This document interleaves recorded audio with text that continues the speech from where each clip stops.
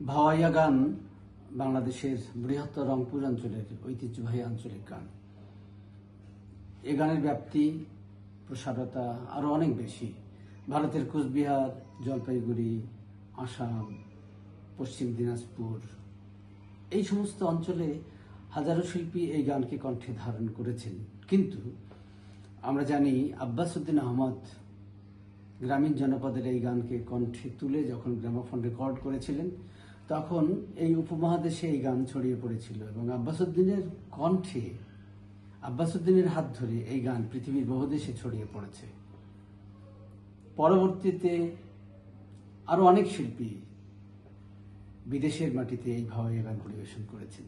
কানাডার টরন্টো থেকে স্বরলিপি গিটার শিল্পী সংস্থা 3টি ভাওয়াইয়া গান গিটারে বাজাবে, এর চাইতে আনন্দ সংবাদ আর কি হতে পারে।